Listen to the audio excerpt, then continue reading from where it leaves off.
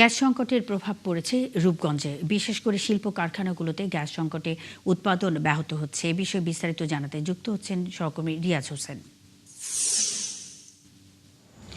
রিয়াজ, সংকট কতটা তীব্র হচ্ছে এবং গ্রাহকদের ভোগান্তির কথা জানাবেন এবং সংকট সমাধান নিয়ে কর্তৃপক্ষ কি বলছে? মুন্নি, সংকটের বিষয়টা আসলে আপনাকে জানিয়ে রাখি যে আমরা গত 15 দিন ধরে কিন্তু রূপগঞ্জে যে গ্যাস সংকট সেটা কিন্তু ব্যাপক আকার ধারণ করছে। যে কারণে কিন্তু আমরা যেটা জানতে পারি শিল্প থানা কর্তৃপক্ষের সাথে আমরা বরাবরের মতো কথা বলি, তারা আমাদেরকে বলেছে যে তাদের যে গ্যাসের চাহিদা 10 থেকে 15 পিএসআইজি, আর সেখানে তারা পাচ্ছে 2 থেকে 3 পিএসআইজি।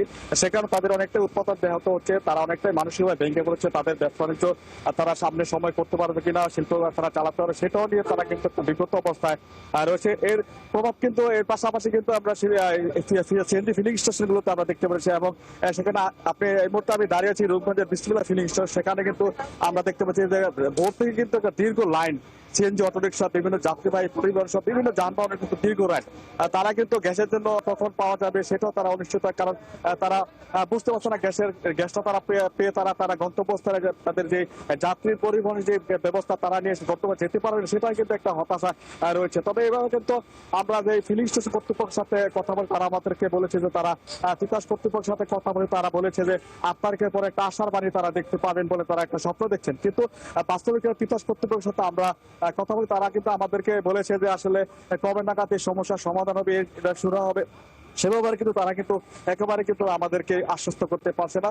এই কারণে কিন্তু আমরা দেখতে পাই যে বিশেষ করে রূপগঞ্জে 5 শতাধিকের বেশি কিন্তু ছোট ছোট সিএনজি অটোরিকশা চলাচল করে। তারাও কিন্তু ছোট ছোট পরিবার পরিজন নিয়ে থাকে। তারা কিন্তু সময় মতো তারা গ্যাস দিতে না পারা কিন্তু তারা কিন্তু উপার্জন অক্ষম একেবারে হারিয়ে ফেলছে। তারাও কিন্তু পরিবার পরিজন নিয়ে তারা বেঁচে থাকা দুর্বিষহ হয়ে পড়ে বলে তারা আমাদেরকে জানাচ্ছে। তারা কিন্তু বরাবরই বলছে যে সরকার যেন এটা দ্রুত একটা সমাধান যাতে করে, বিশেষ করে তারা যারা দরিদ্র পরিবার আছে এবং শিল্প অঞ্চল শিল্প কারখানা যারা শ্রমিক তাদের দিকে অন্তর্ভুক্ত চিন্তা করে যেন এই সমস্যাটা দ্রুত সমাধান করে। কারণ কেননা বাংলাদেশ কিন্তু শিল্প ক্ষেত্রে কিছু রপ্তানি ক্ষেত্রে কিন্তু বিশ্বের তৃতীয় স্থান দখল করেছে। এটা যদি গ্যাস সংকটের কারণে কিন্তু রূপগঞ্জের 200 অধিক।